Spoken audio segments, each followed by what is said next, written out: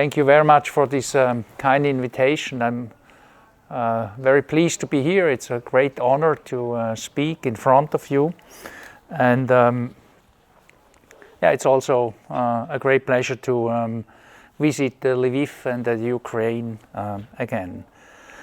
So today I would like to share with you some thoughts about psychedelics in psychiatry.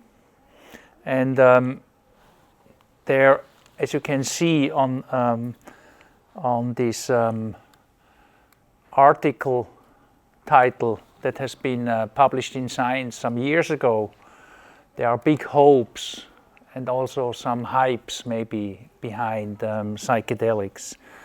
And what I would like to do this afternoon is to share with you some evidence that supports the potential use and the potential usefulness of psychedelics, especially in the treatment of affective disorders, of depression, but maybe also of other psychiatric conditions like PTSD and so forth, anxiety disorders, but also would like to critically discuss whether the hopes that are put into this group of compounds or molecules is justified, or whether we have to ask and maybe answer some questions in the future.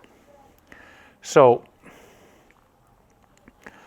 I would like to start with a slide of the history of antidepressant drugs. So the focus of my talk today is psychedelics in depression, but it's probably true also for other psychiatric conditions, but we are talking mainly about depression. And as you know, antidepressant drugs go back to the 1950s of the last century, about 70 years ago. The first tricyclic antidepressant has been not invented, but discovered as an antidepressant. And there is an interesting historic story behind it. This was Roland Kuhn, who was a Swiss psychiatrist, a clinician, and he had a collaboration with the pharmaceutical industry in Basel, which is also located in Switzerland. And they had a molecule they produced or they designed to treat psychosis, schizophrenia, as an antipsychotic. And this antipsychotic was called imipramine. Some of you might know what imipramine is. And then Roland Kuhn used and tested it in clinical trials in his patients in his clinic, and he found that these treated patients did not improve in the psychotic symptoms, but they improved in their affective condition. And so he came to the idea maybe this group of drugs, tricyclics, might work as drugs against depression, and this was kind of the birthday, in a way, of antidepressant drugs. And in the following 70 years, there were a lot of kind of different or kind of further developments of antidepressant drugs. But what is important to realize is that all these drugs that have been developed so far by the pharmaceutical industry, they are based mainly on the so-called monoamine hypothesis of depression. So they more or less kind of follow the same pharmacodynamic or molecular mechanism to treat depression. And therefore, it's not astonishing that virtually all antidepressant drugs that are on the market so far, tricyclics, SSRIs and SNRIs and other antidepressant drugs, have about the same clinical efficacy. So there's not one single antidepressant drug that is clearly better than the other. In some patients, one drug might work a little bit better than another drug. One drug might be better tolerable than another drug in certain patients, but there is no single antidepressant that is really kind of the winner compared to the others. And that's why we are kind of looking for more efficacious or for kind of a novel pharmaceutical or pharmacological way to treat depressed patients more efficaciously than with the drugs that we have on the market or in our pharmacy so far. These antidepressant drugs, they are efficacious, they are good, but you know, about 1/3 of the patients, they respond extremely well. 1/3 respond partially, and about 1/3 of the patients do not respond. And these are the treatment-resistant depressed patients, and they are a big challenge in clinical practice.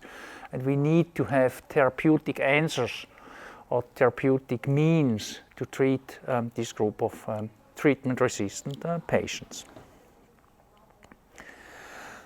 And this is a table of content, or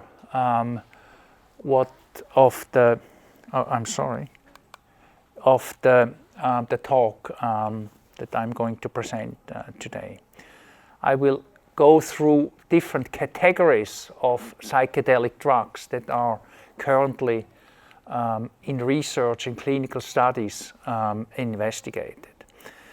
And you will see there are different ways to categorize this group of drugs, psychedelics, which is a heterogeneous group of drugs.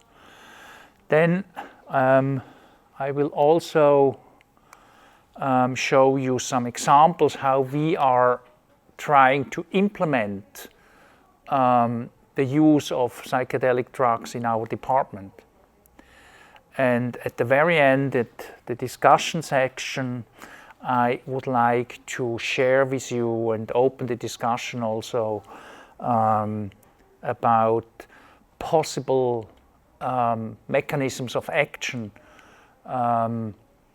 possible critical discussion about whether these drugs, whether there is really evidence of the usefulness or efficacy of these drugs, or whether it's more a myth.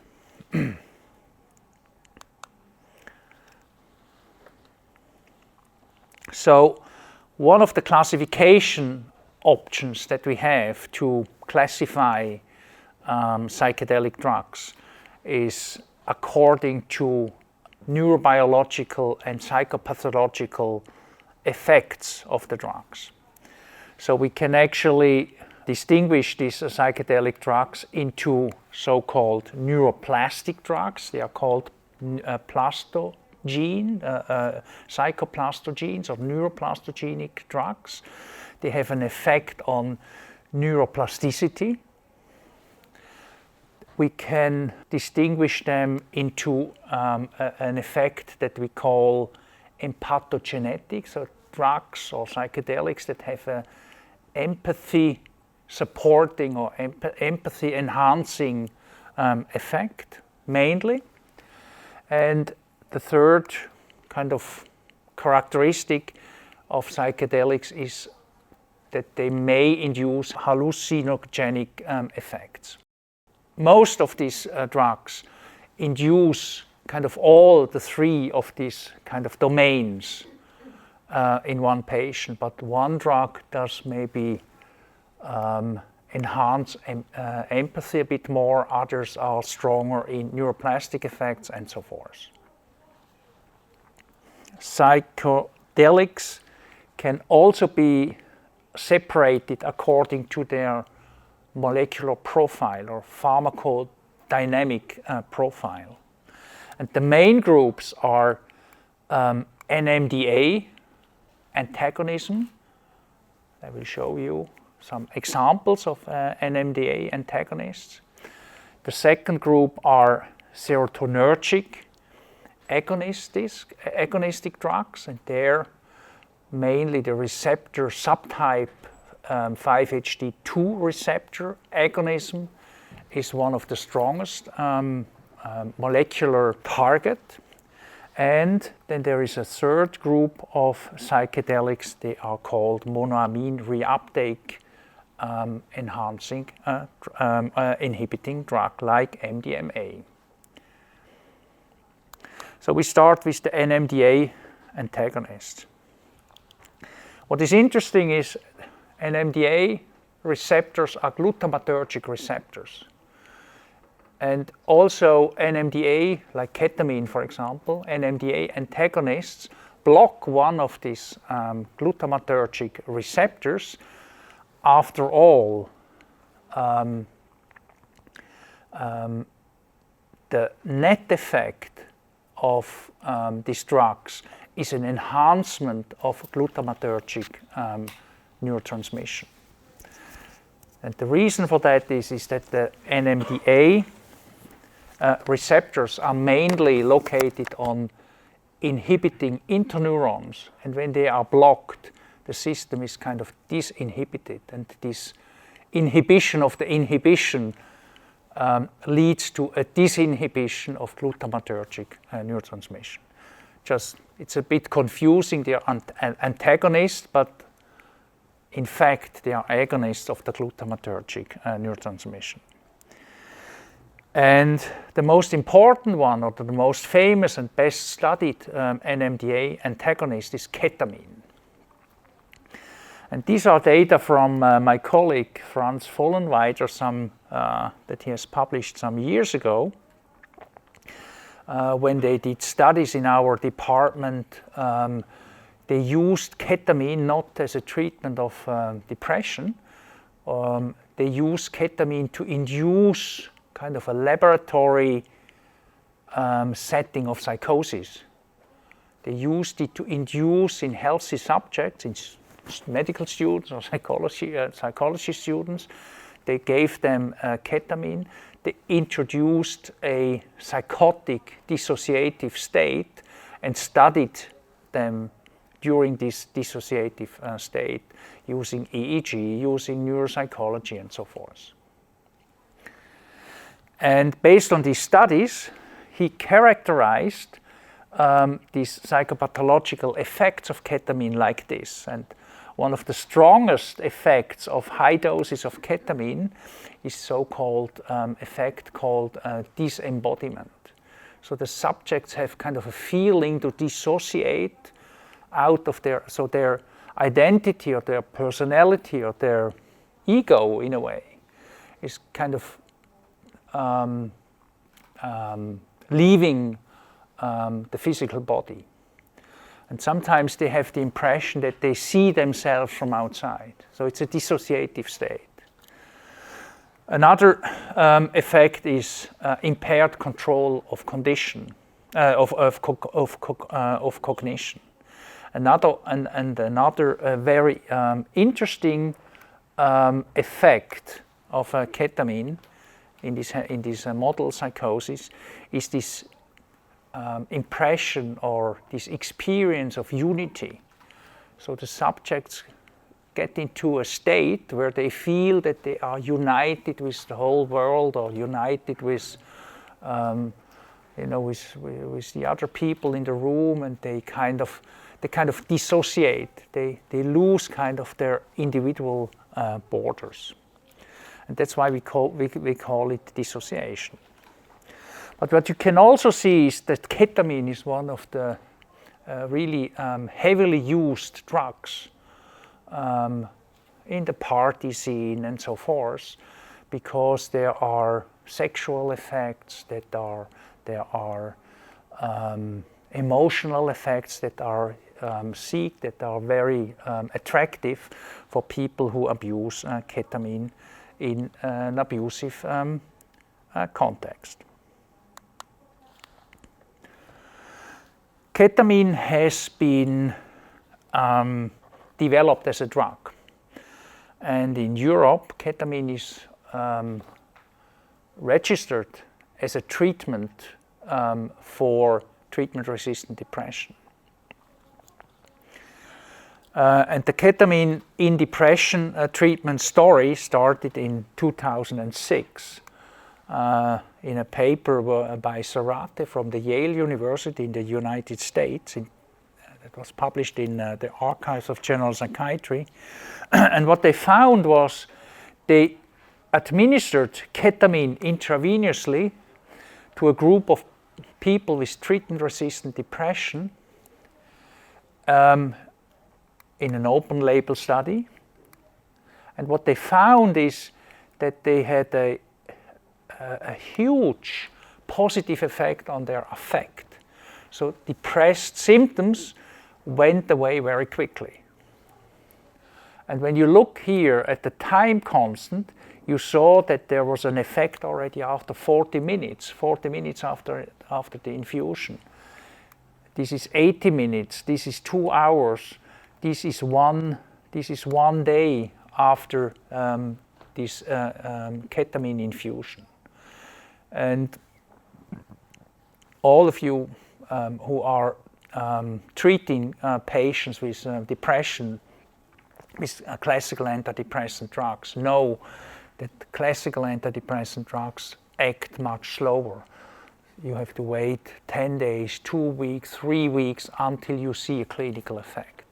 And here you see a clinical effect already after 1 hour, after 2 hours, actually extremely rapidly. And this is a fundamental difference from this kind of class, we call it also rapid-acting antidepressants, compared to the classical standard antidepressant drugs. And these really kind of spectacular results introduced a strong hype in the community. Everybody was so interested, and we actually opened a new chapter in psychiatric treatment because now we have maybe a drug in hands that works in depression very extremely quickly. So ketamine was then studied in many clinical trials, hundreds of clinical trials, and it was also taken over from a pharmaceutical company, Johnson & Johnson, who filed a patent for the racemate of ketamine, the left-turning or S-ketamine, and produced it in a galenic form where they could use it in an intravenous application, in an intranasal application. So it's kind of a similar. It's kind of molecularly a similar drug as this, but here, because it was this racemate, it was this left-turning enantiomer, it was able to file a patent on it and market it, and also run the clinical studies that are very expensive to get this drug to registration.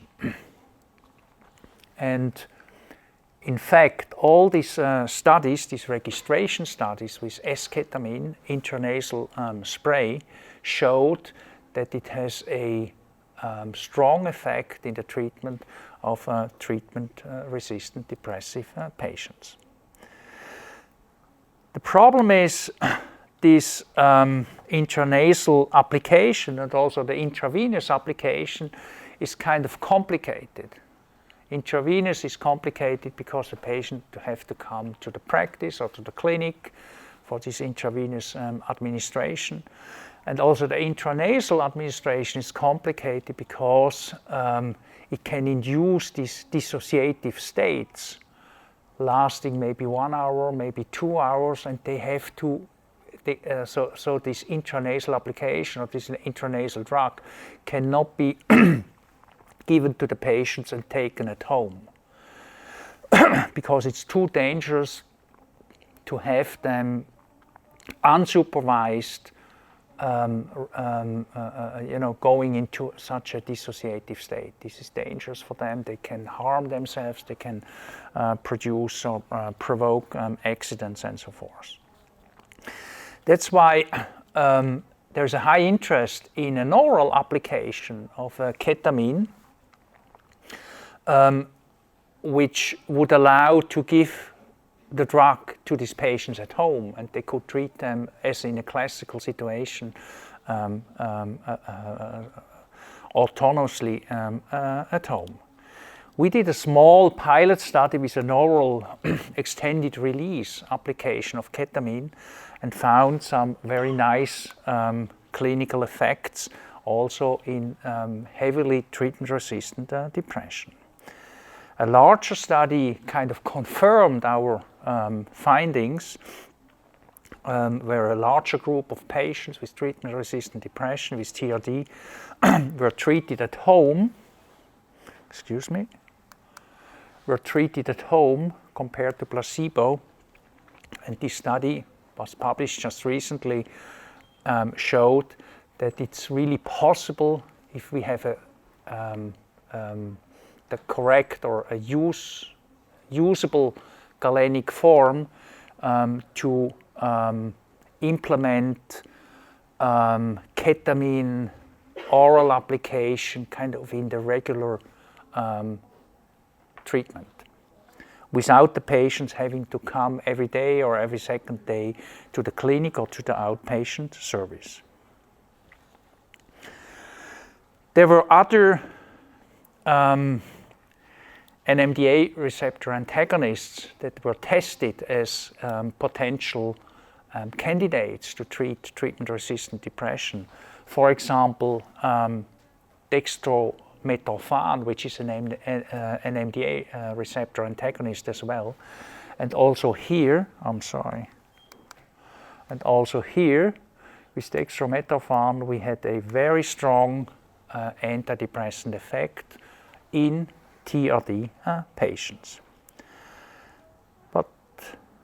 So people believe maybe every NMDA receptor antagonist might be a candidate, an efficacious candidate to treat TRD patients. And so another NMDA receptor antagonist is S-methadone, so the left-turning enantiomer of methadone.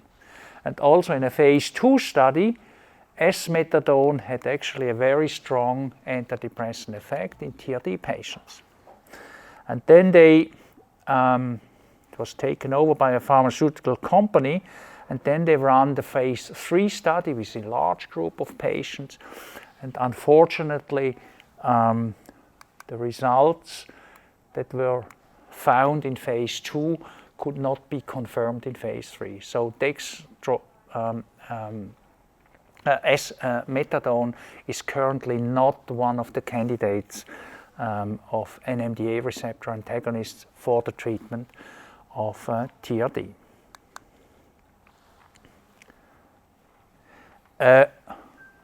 Extremely interesting candidate to treat TRD patients, which is also an NMDA receptor antagonist, is laughing gas, N2O or nitrous oxide. As you might know, nitrous oxide can be actually bought in the shopping center. It's actually used in kitchen for preparing some specific meals. But it can also be abused, and it is abused by the younger generation by inhaling nitrous oxide, by applying it in such balloons and then inhaling it. And what happens to them is that they have a short-lived euphoric state. That's why it's also called laughing gas. So this effect was then taken over or used in a first clinical study in TRD patients by an American researcher group. It was actually, interestingly, it was an anesthesia, a group of anesthesiologists who first did this clinical study, because they were, of course, used to use this N2O, or nitrous oxide, and they ran a first pilot study in TRD patients. What they did is they had the patients inhaling for 1 hour about 50% mixture between normal air and nitrous oxide, and with a mask, and measured the antidepressant effects. And they were actually quite tremendous, large. We took that over and also implemented this in our own clinical practice, and also ran some studies there that are still ongoing. This is one of the studies that we published just recently. And we actually confirmed this really impressive antidepressant effect of N2O. And what was also impressive was that the physiological side effects were actually very low. Actually, there were no physiological side effects in terms of blood pressure, heart rate, and other cardiovascular side effects. So we already started to implement this N2O treatment into our regular treatment in our clinical services, beside of the clinical research that we are doing. So this is kind of a short overview about NMDA antagonism. We will discuss it at the very end again.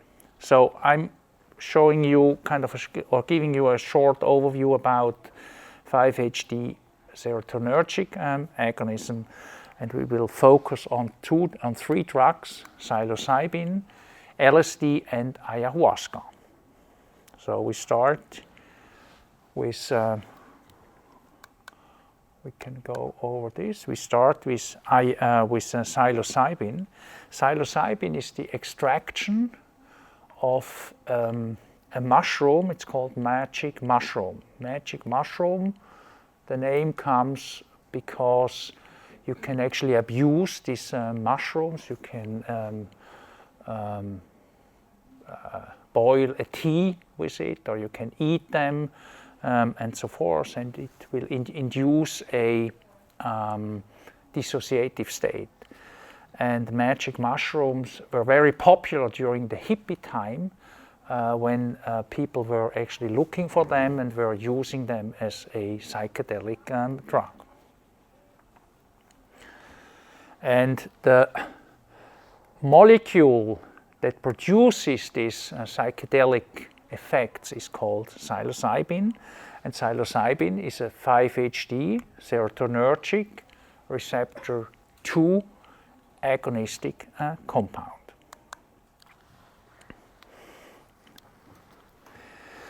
We did some basic clinical research on the effects of psilocybin. And one of the interesting, or I find one of the most interesting studies in terms of evaluating psilocybin as a potential candidate as an antidepressant drug was done by my colleague Katrin Preller in 2016. What she did in the MR scanner, she subjected healthy subjects to a social game. And this social game was designed in a way that the subject during the game started to feel that they are kind of socially excluded. And this is kind of a painful state, so that works like that. So the subject is kind of playing virtually a ball game with 2 other people. So they throw the balls, and it starts, everybody gets the ball about as often as the others. And then all of a sudden it started that the subject got the ball more and more, a little bit less. And then the subject started to see, why do I don't get the ball as many times as the others, and started to feel excluded. This is called social exclusion. And this social exclusion is producing a feeling of pain, of emotional pain, and emotional pain can be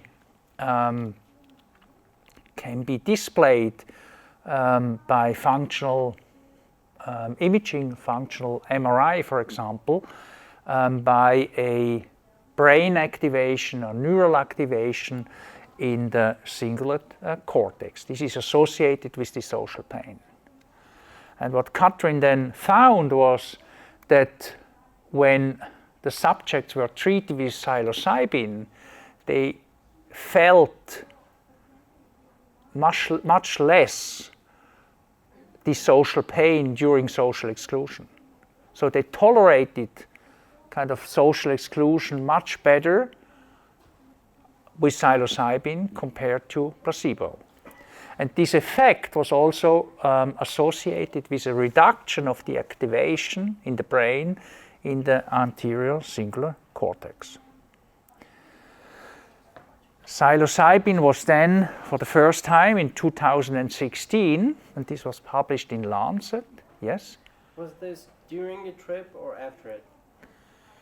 This was during, yes. But these were low doses, but this was during, yes. In 2016, there was a paper published in Lancet by Carhart Harris and David Nutt and his group. And what they found in an open label study, they administered psilocybin in patients with treatment-resistant depression. They gave them psilocybin 2 times, one day and the second day, but only 2 times. And then they measured the effect on depressive symptoms, and they found a very quick antidepressant effect. This was interesting, but what was extremely astonishing was that this antidepressant effect lasted for weeks. So they could measure this effect after 2 times administration. It was not a chronic administration like in classical pharmacology. So there were just 2 times they got the drug, and this clinical effect was measurable, here 1 week, 2 weeks, 3 weeks, 5 weeks, even 3 months and 6 months. So it was still significant 3 months after this initial administration.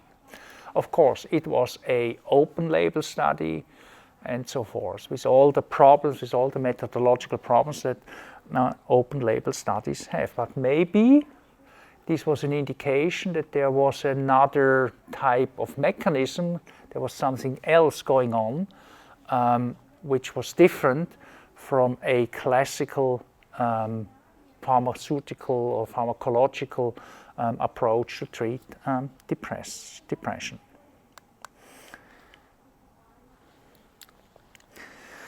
After this study, 2016, there were hundreds of psilocybin clinical trials, smaller trials, bigger trials, and here just a couple of there are just a couple of trials.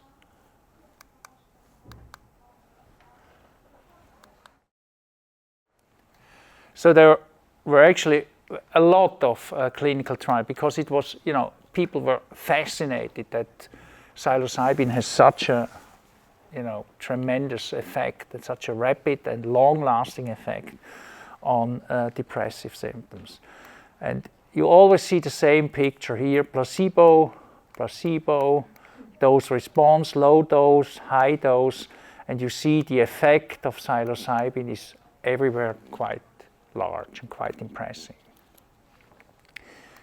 The most interesting study however, was one that was then also published by Carhart Harris and David Nutt in the New England Journal of Medicine, actually, where they compared the effect of psilocybin versus the effect of an SSRI. And descriptively, and I'm showing you that because this kind of raises one of the first question marks a bit of the effects of psychedelic drugs. You see descriptively a strong or a better clinical effect of psilocybin compared to an SSRI. However, this effect was not significantly stronger if you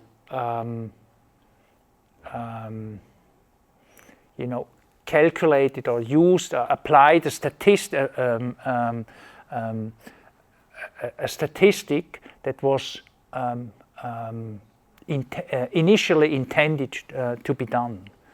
So the effects, or the stronger effect of psilocybin compared to the SSRI, was only on a descriptive level true, but not on a hard, strict, statistically predicted level. And this was actually kind of disappointing. And also it was disappointing. It was published in one of the most important medical journals that we have, New England Journal of Medicine. And I think the most important finding was that all these effects might have some biases also in the other studies that might contribute to these maybe a little bit inflated effects of psilocybin or psychedelics in general.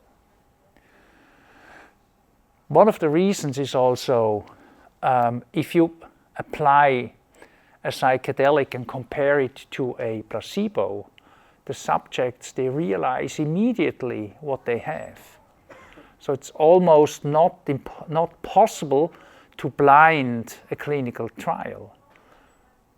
If you compare an antidepressant with a placebo, you have a good chance that the subjects do not really know whether they have the drug or the placebo, which is totally different in a trial with psychedelics, because psychedelics have such a strong, such a deep going effect that subjects usually understand or usually know immediately what they have.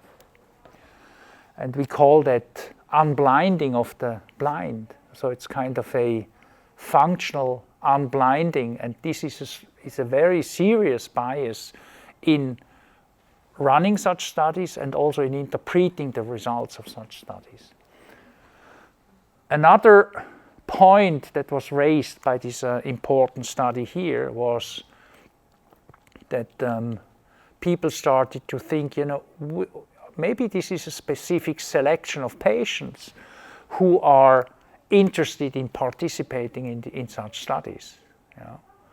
Patients who have kind of a high expectation, who are interested in psychedelic phenomena, for example, and that they have a positive expectation and a positive, maybe a much stronger placebo effect than patients who are normally participating in standard antidepressant trials.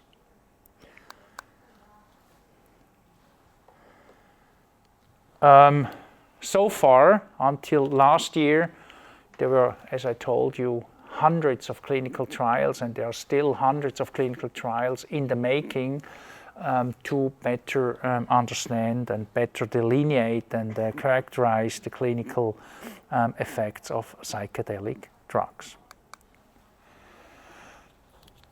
And the best psychedelic drug is psilocybin, and another serotonergic psychedelic drug which is very famous, is LSD, lysergic acid diethylamide.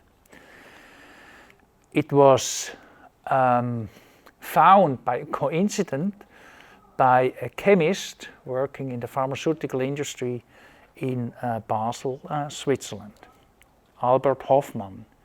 And it's actually a very interesting study and interesting story, how he invented it, what were his first personal experience by ingesting LSD, these dissociative effects and so forth.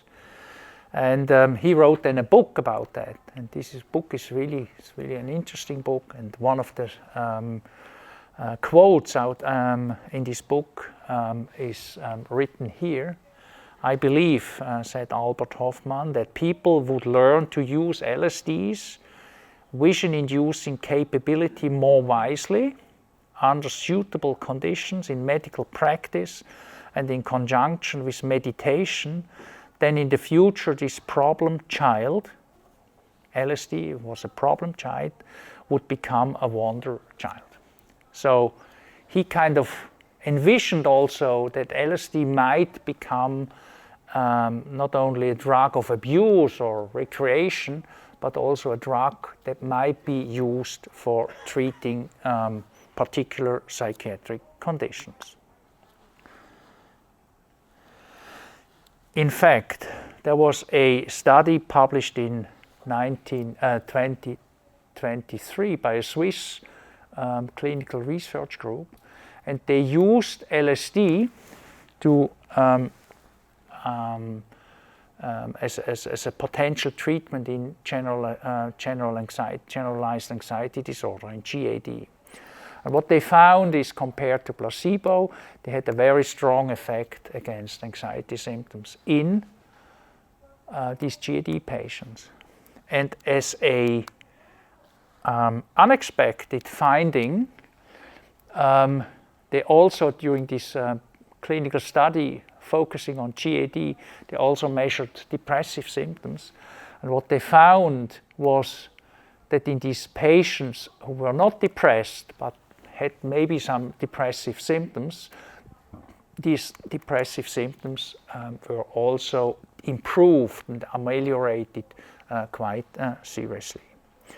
So this was one of the strongest evidence so far that LSD might be a candidate to treat depression, maybe treatment-resistant depression also in the future. But the studies are still ongoing and not finished yet. Another interesting serotonergic drug is, or psychedelic, is ayahuasca. Ayahuasca is the combination of two extractions of two plants. And one of these plants contains a molecule which is a monoamine oxidase inhibitor. It's called harmaline. And the other plant contains a molecule called dimethyltryptamine, which is a serotonergic agonist, a serotonergic receptor 2 agonist as well. And the combination of DMT and this harmaline is actually then this ayahuasca. And this ayahuasca is a combination treatment or phytotherapy that is used in the shamanic medicine to treat all kinds of psychopathology. And why is it important to have the combination of a monoamine oxidase inhibitor combined with this DMT? Because the DMT, the serotonergic drug, is the one that induces these psychedelic effects. But why does it only work when it's combined with the other plant or with the other compound? The reason for that is that DMT is actually degraded in the stomach by monoamine oxidase inhibiting enzymes in the stomach, and that's why the inhibitor of these degrading drugs is necessary to protect DMT to pass the stomach without being degraded. And it's interesting that these shamanic doctors or medicine people, they kind of found out that only the combination is working and not one drug alone. DMT is now also in clinical practice or in clinical trials administered for the treatment of treatment-resistant depressive patients. Here is a study where DMT was used intravenously and also produced very good, very useful antidepressant effects in TRD patients, but it was administered intravenously. So these were kind of the main representatives of the serotonergic psychedelic group. Now we come to the monoaminergic psychedelic compound, and I'm only going to talk about the most important or most famous one, which is MDMA, which has been developed for PTSD, not for depression, but for deep PTSD. But anyway, it's an interesting story. So MDMA, actually ecstasy,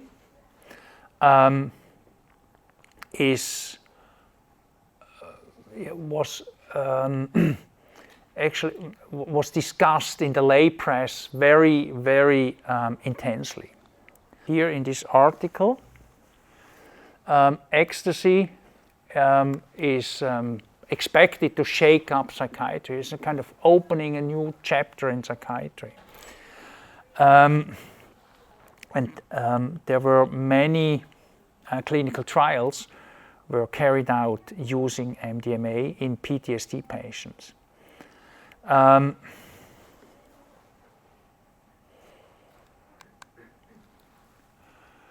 And it was actually quite clear, this was in February 2022, that MDMA may soon, so it was expected that it would be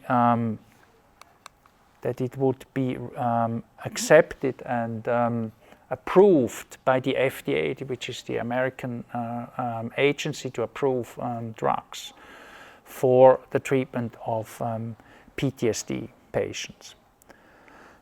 And so these are kind of the pivotal studies. They are called the MAP2 studies.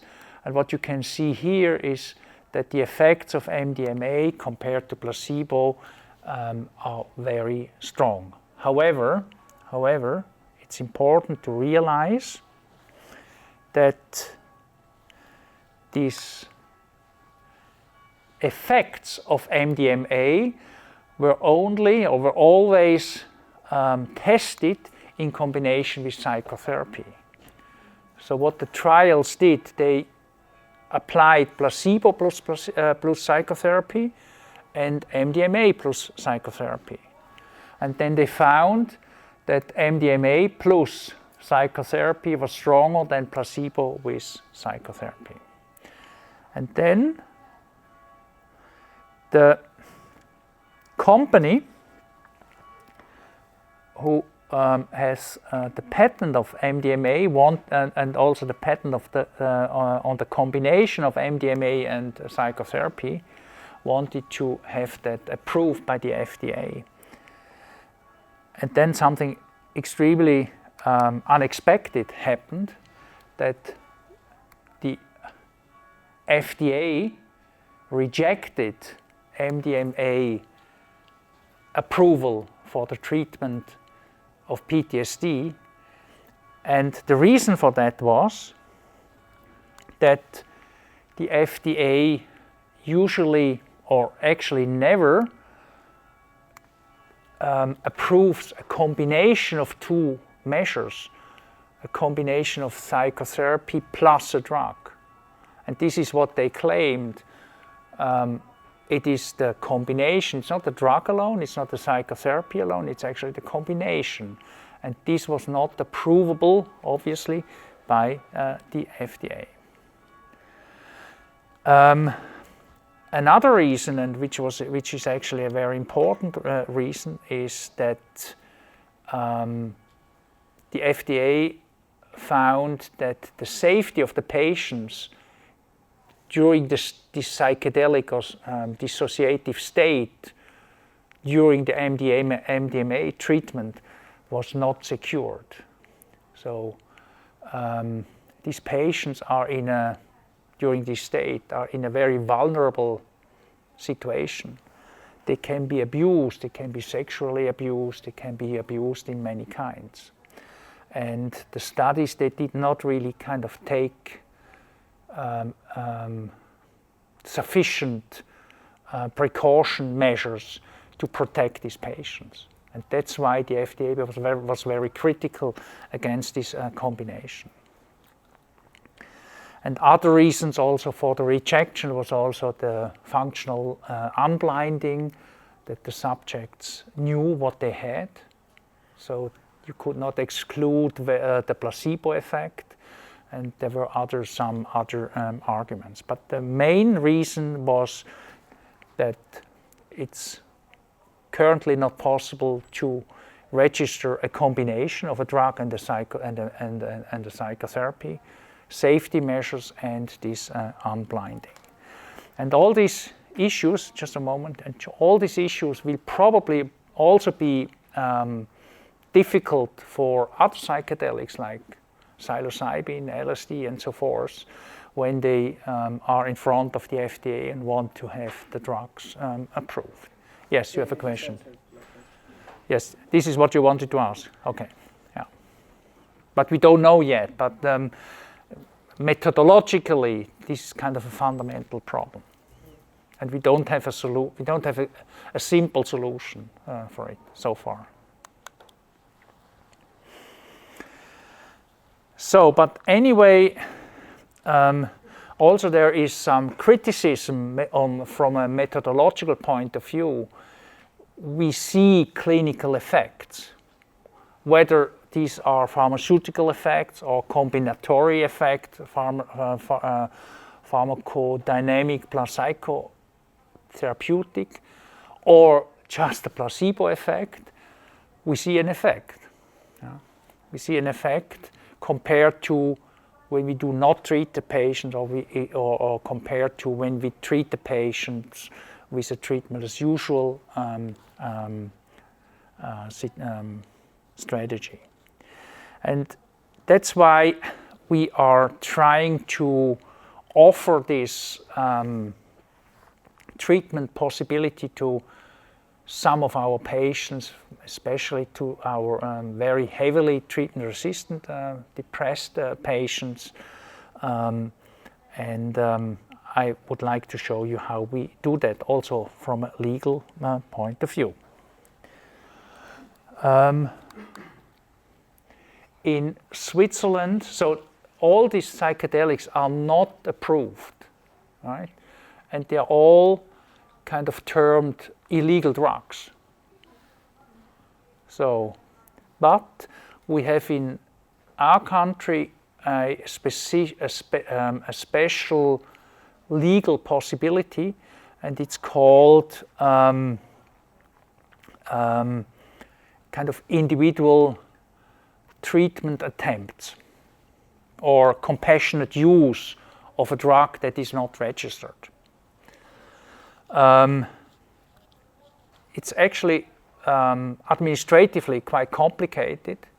We have to ask for each single patient for permission by the national government health ministry whether we are allowed to treat particularly this patient with this psychedelic drug. But it's possible. This is, for example, it's much more difficult, and it's actually in Germany it's not possible. In Austria it's not possible. I don't know how it is in Ukraine. In the United States, it's only possible under in a research setting, but not in a therapeutic clinical setting. We have then, based on this legal ground, we have then designed clear standard operating procedures, how, what shall be done when we treat patients like that. And if you need those procedures, we are happy to share them with you, of course. How we implement such psychedelic drugs under the legal title compassionate use, and how we do it, and also with a strong focus and a strong emphasis also on the safety of to the patients, and to avoid already the suspicion that there might be some abusive aspect in these treatments. So this is a typical treatment situation where we combine the psychedelic drug, this is here psilocybin, together with a supportive psychotherapeutic approach to the patient. Here you see the doctor, here you see the patient. The patient is actually talking to the doctor, and the doctor's actually the main goal of the doctor is to avoid the patient coming into a situation with anxiety, with panic, and so forth, and also to avoid and to protect the patient of dangerous behavior. A typical setting how we implement psilocybin in TRD patients is that we have a kind of preparation. We work. The patients run through a kind of a thorough workup, physically, but also psychiatrically.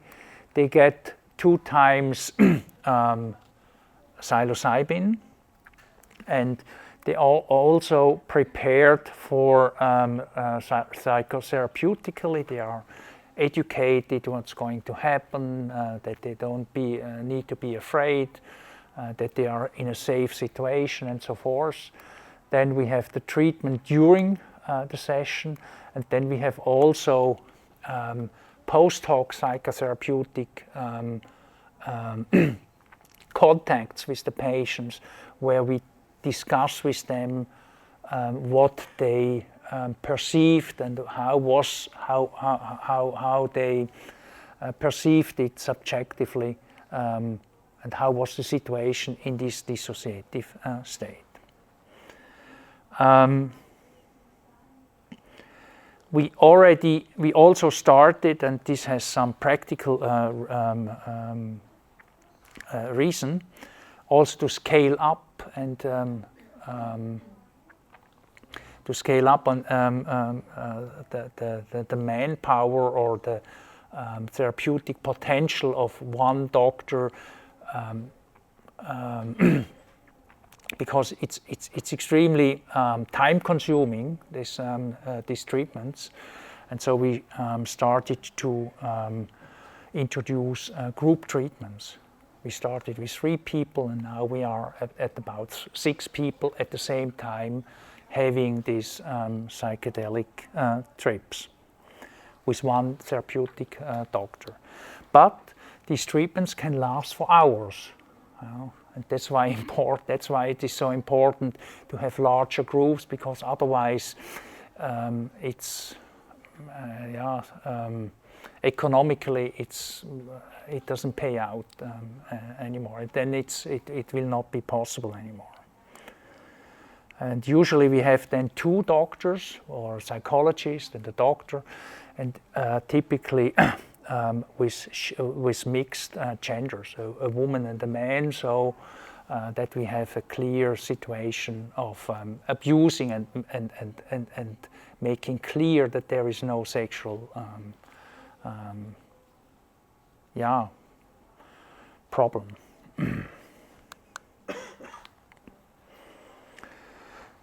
This is how a treatment with nitrous oxide, laughing gas inhalation works.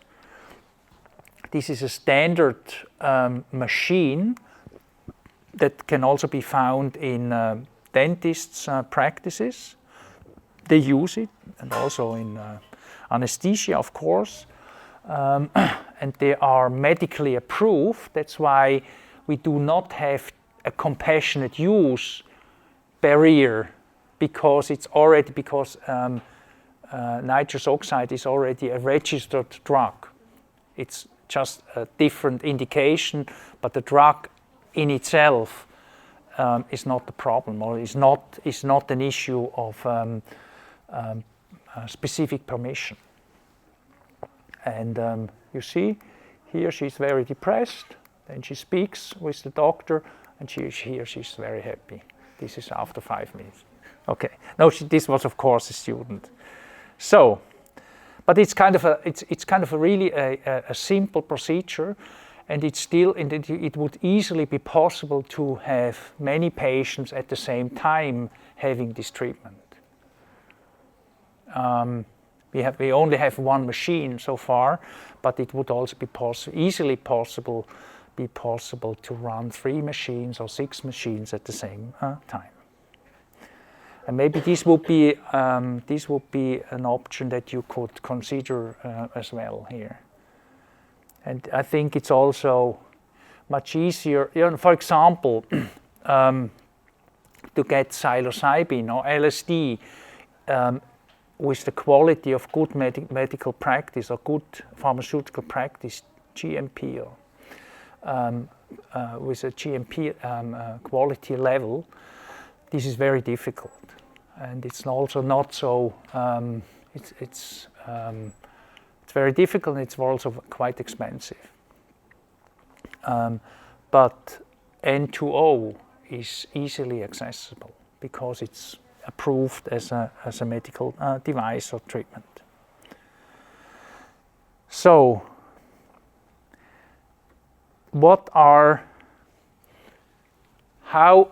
why does this work?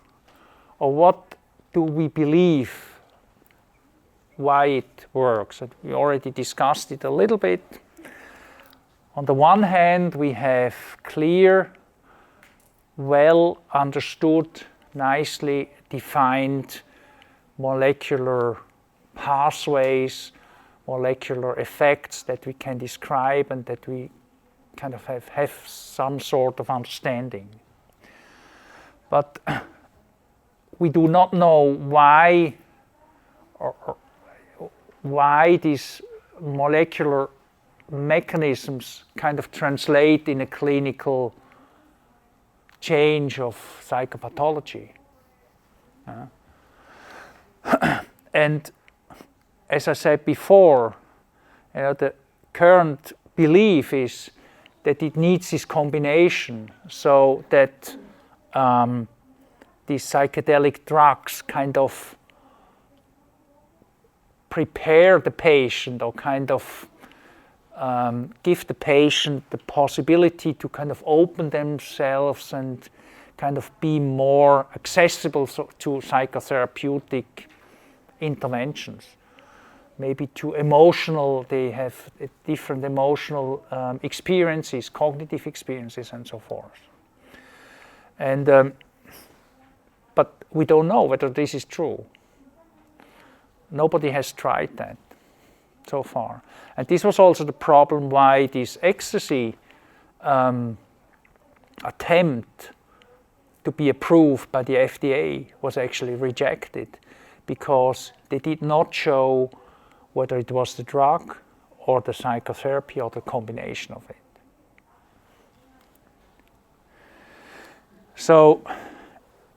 I believe personally we have to run studies where we kind of try to disentangle this effect, where we have,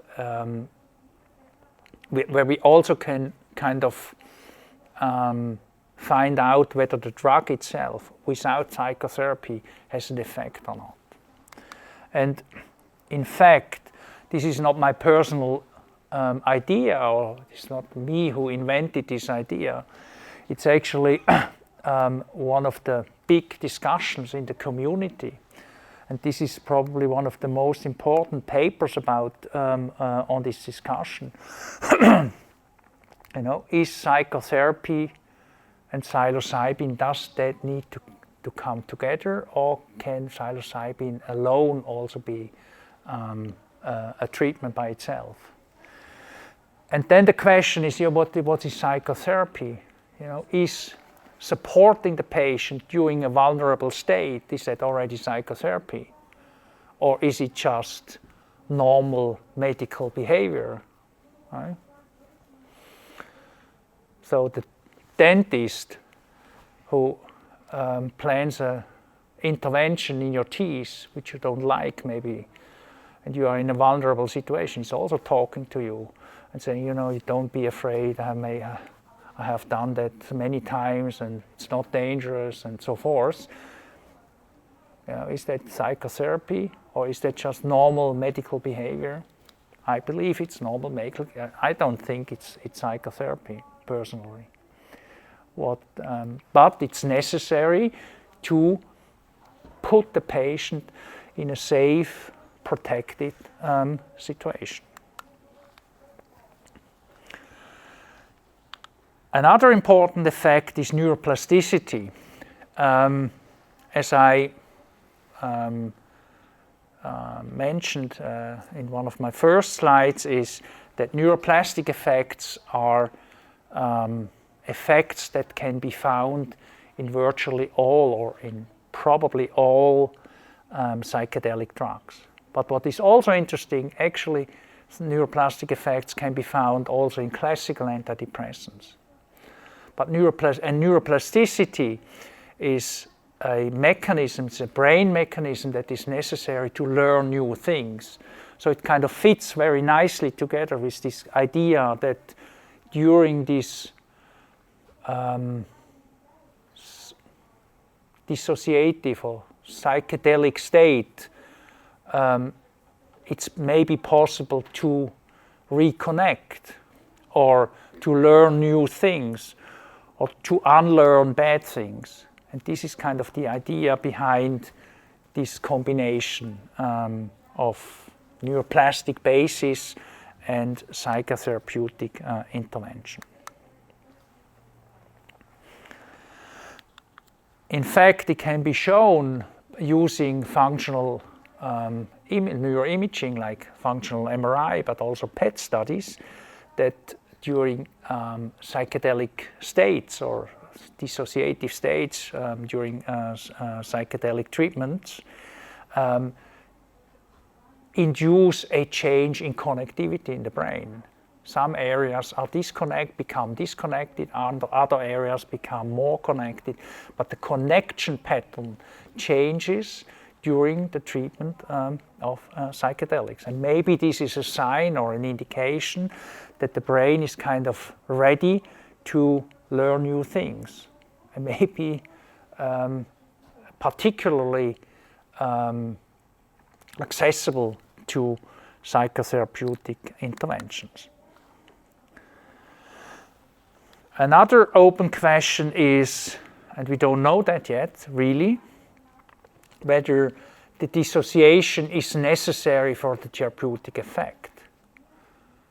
Or would it be possible in the future to develop psychedelics without a psychedelic effect, or without the dissociative effect? And this is actually really, it's controversially discussed in the scientific literature. A very important effect, therapeutic effect, is the placebo effect. And the placebo effect which is interesting. Can also be seen, for example, if you compare the efficacy between an SSRI and psychotherapy. In this study, which I like quite a lot, it was a small study published 10 years, a little bit more ago. They asked patients, what do you prefer? Do you want medication or do you want psychotherapy? And then they generated 4 groups of patients. So psychotherapy preferer, medication preferer, and then they put them randomly into a group where the preference is gotten, or they got the treatment they did not prefer. And so what they found is that those patients who preferred medication responded stronger to medication than those who did not want medication. And even stronger was this effect in the patients who got CBT, or psychotherapy. Those who wanted psychotherapy responded very strongly, whereas those who did not want psychotherapy but received psychotherapy did not respond. Right? So this is a very strong indication of the preference of the patients, or the expectation, or the wish, or what they believe is good for them. And this can also be shown on a molecular level. So if you increase the expectation effect, or the expectation of a patient into a particular treatment, you can actually increase also the sensitivity of the opioid receptor system in the brain. Right? So purely the story, or the narrative behind the treatment has a very strong effect, or very strong participates very strongly in the clinical effect. Here, this is a study where they measured a positive expectation effect of depressed patients and correlated this effect with the sensitivity of the opioid system in the brain measured by PET imaging, and this was also associated then with the clinical effect. And maybe this is also kind of an interesting or a nice information for doctors or psychologists. So a good doctor or a good psychologist induces a positive expectation in the patient about the efficacy of the treatment.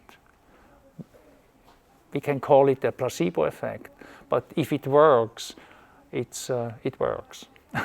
So I think it's a good idea to help the patient to have a positive perspective on his or her disease, and also on the efficacy of the medication, of the treatment in general.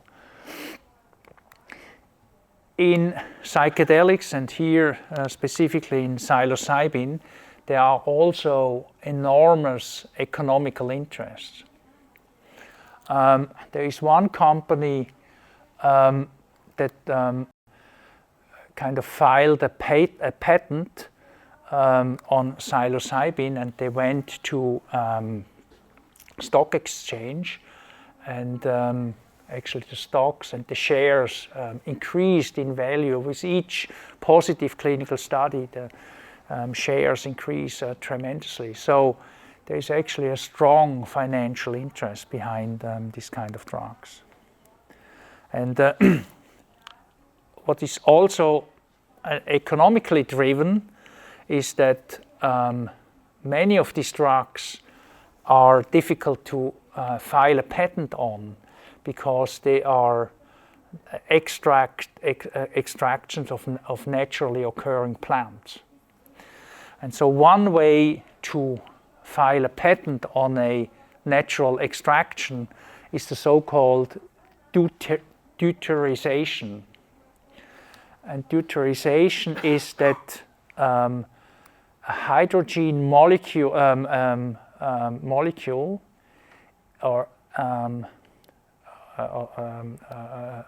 is replaced by a deuterium, so where there is a neutron added to this hydrogen, which does not change the pharmacodynamic properties a little bit. It changes it, but actually very small.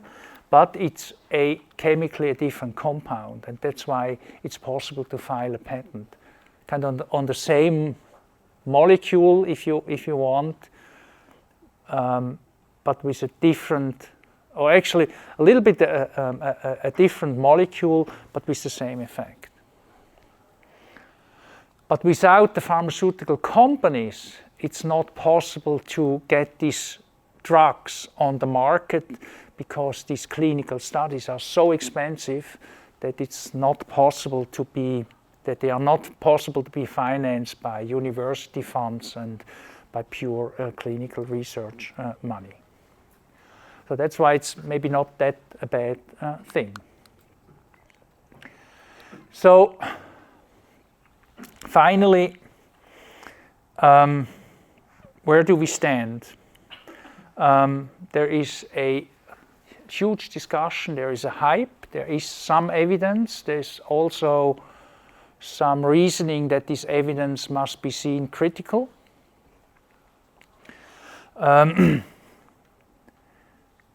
The main psychiatric associations, and here it's, for example, it's the American Psychiatric Association, APA, they say in a recent position statement about psychedelics that we do not know enough so far. It's too early to say they are part of our therapeutic instruments. We need more research. They say there's a potential. These are interesting drugs, these are interesting molecules, but we need to understand much better how they work and how we can implement them in clinical practice. And as you can see here, there are hundreds of clinical studies on the way being carried out so far, and they will come out and be published in the next years to come, and I'm sure that we will learn very quickly much more and get a much better insight into the nature of these psychedelic drugs and their role and their advantages and disadvantages in clinical practice in psychiatry. Yeah, thank you very much for your attention, and I would be happy to discuss some issues with you. Thank you.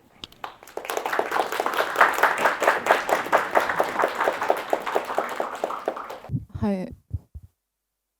Good evening, Eric. So my name is Alina, and I'm studying here as a future psychologist. So my question is, in some studies we saw that treatment lasted 7 days or even more. So after such treatment, how can a person cope without a ketamine? I mean, if they develop a psychological dependence.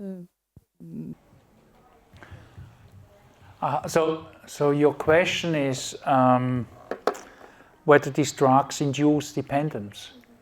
Yeah, especially ketamine. Yes. How the person can cope without. Yeah. This is an important issue. Why the administration of ketamine in a medical for a medical purpose is regulated very strongly. You know, you need a clear indication. You have a limited time that you can use it, and you have to supervise and to accompany the patient throughout the time of this treatment period, right? And there is actually quite a large discussion in the media about the use of ketamine. For example, Elon Musk said, you know, I'm using ketamine sometimes and so forth. You know, famous people say that. But ketamine is also abused in the party scene. For example, in Zurich, you can measure it in the sanitary water, that the level of ketamine is actually increasing in the water, kind of in the, how is it called, in the plumbing water.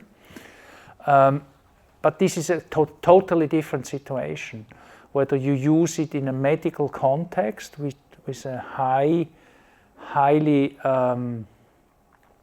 regulated, in a highly regulated setting, or whether you use it in a kind of unregulated, uncontrolled, abusive setting. In the abusive context, ketamine is very often also combined with other drugs. For example, with benzodiazepines, with opioids, with cocaine, with alcohol and things like that. Usually they take mixtures. They don't typically use the pure ketamine as a drug. They combine it with other abusive compounds. And the doses are also lower in the medical context, and so in this strict medical context, addiction is actually not an issue. So the patients with a clear indication, with a depression, treatment-resistant depression, they don't get addicted to it during this phase of treatment.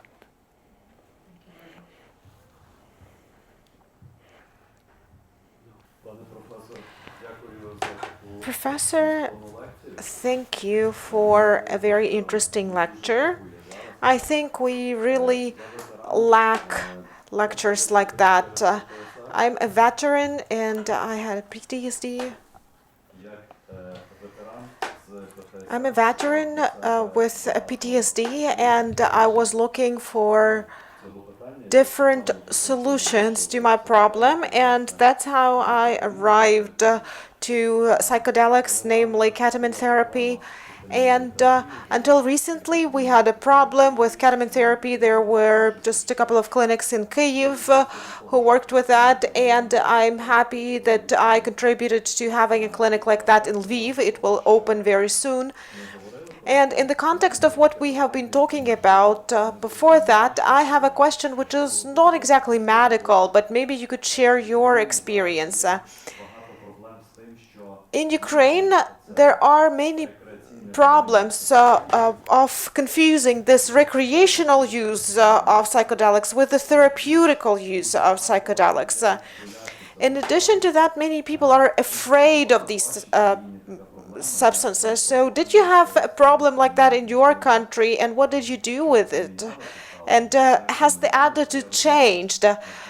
Because I do understand how difficult it might be to explain these things to many people in Ukraine, whether there will be no abuse, whether there will be no addiction, and so on. Well, sorry for not having a not medical question, but I would like to hear the answer. I think, thank you very much. This is a very good question, a very important question. And this is exactly one of the largest concerns that I personally also have, that the public understanding does not distinguish or kind of mixes addiction and medical use. And just recently we had lots of interviews in the media about ketamine and Elon Musk, because he said that, I don't know why, but he said that, and then they said, but you are using this also in your clinic, and then we hear that ketamine is used in the party scene and is abused and so forth. Why are you using abusive drugs to treat your patient? It's very difficult to distinguish that in the public understanding. What we did is, and others also in other countries, what we did is we formulated, we are writing papers where we try to clearly regulate or recommend the SOPs, standard operating procedures, how to use these drugs in the medical context. And we believe, and also we are quite active in public information providing and trying to distinguish these two domains or these two areas where the same drugs are kind of used. But it's a difficult issue.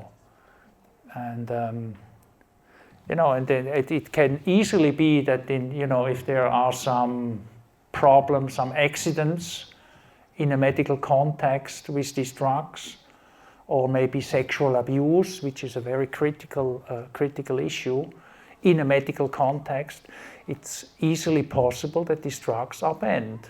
And that happened actually in the 70s in the United States.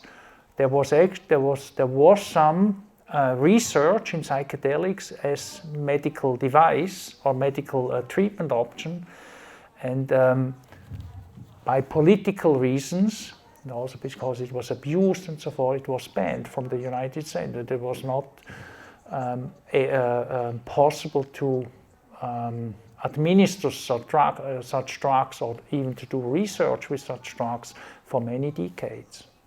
So it's a huge risk that you mention, and I absolutely agree that this is a very important issue.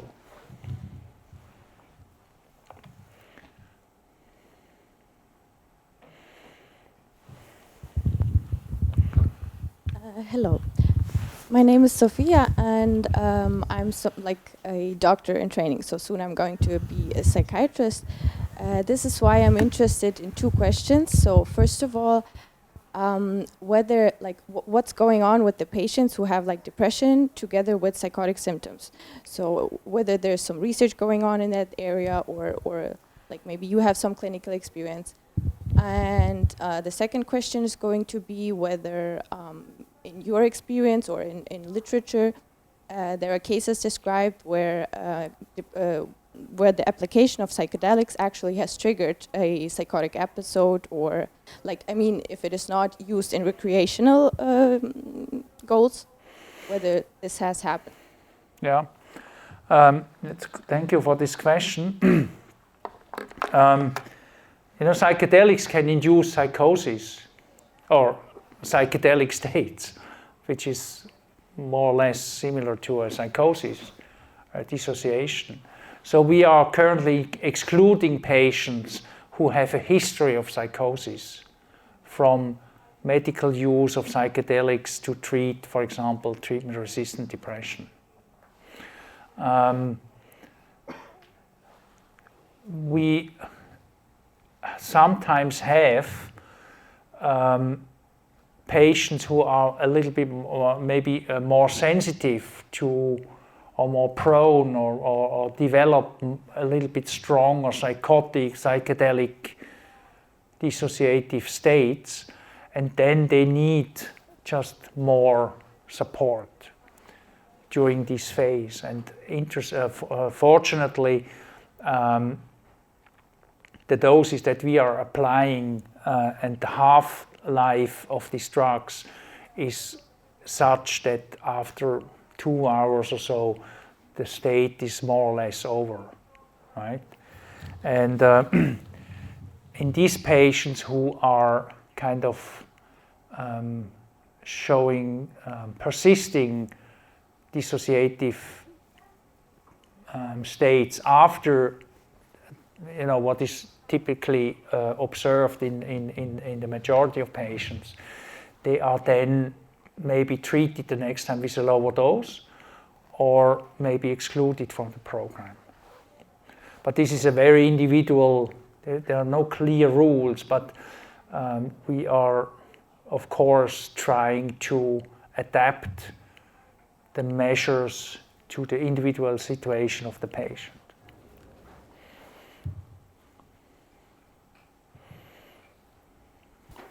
Thank you for your presentation. Professor, my name is Andrei. I'm a volunteer of Ukrainian Psychedelic Research Association. And I have a question regarding the microdosing. What is your thoughts about microdosing psychedelics, basically? Yeah. Because it's very on hype question, and maybe you have something to say about it. Yeah, absolutely. There are not many studies about that. So we did one study with microdosing LSD and measured some cognitive, mainly cognitive functions. And we found that concentration went down, cognitive performance went down. They made more mistakes during this microdosing state. So we could not really follow kind of the reports of users that it increased their creativity or things like that. But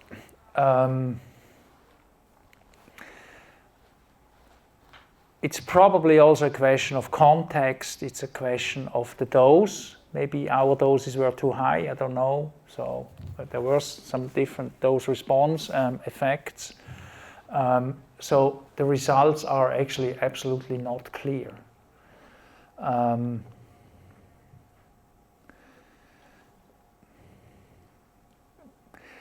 Maybe it is in the area of hype. They say, they have kind of this feeling of unity, this feeling of disembodiment and things like that.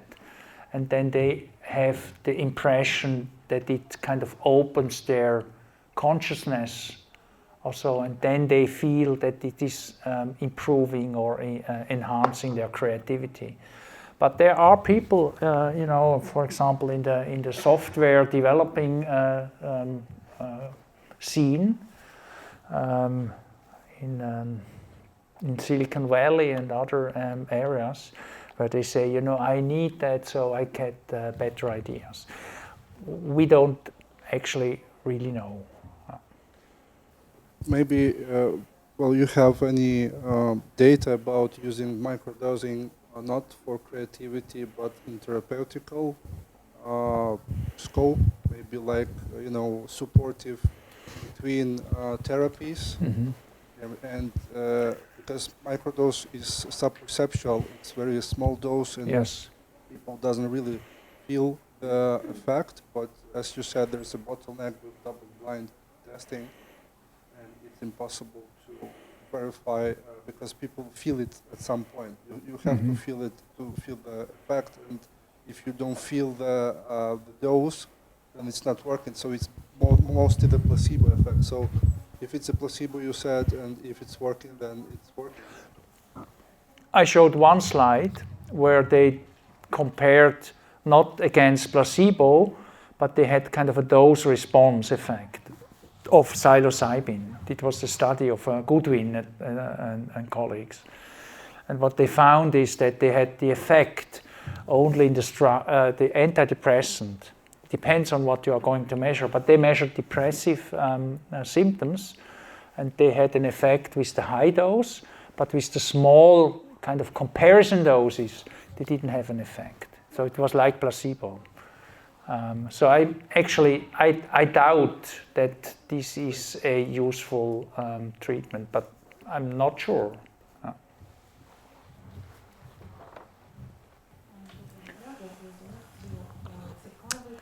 Hello, thank you. Thank you for the lecture. So my question is, were there any studies on the effect that psychedelics have on sleep? And actually, to speak about sleep disturbance, are any of them efficacious? Yeah, thank you for this question. So far, to my knowledge, there are no specific sleep studies with psychedelics. I don't know. I don't know of. I wouldn't know any studies that have explored the effect of psychedelics on insomnia and other sleep disorders. Was that your question? Okay. I am interested in the following question. Do we have any studies with the use of psychedelics in patients with somatoformic disorders? When we have some somatic disorders, this is a category of patients with whom it's really difficult to work in terms of what works for their situation. Yes.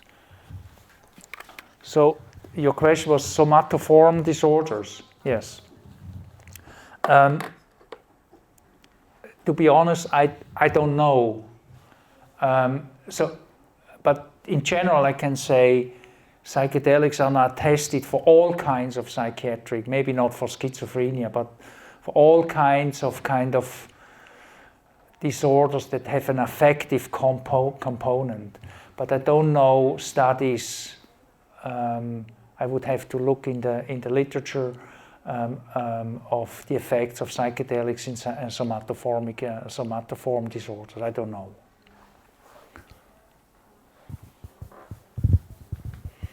It's a lot of information to digest.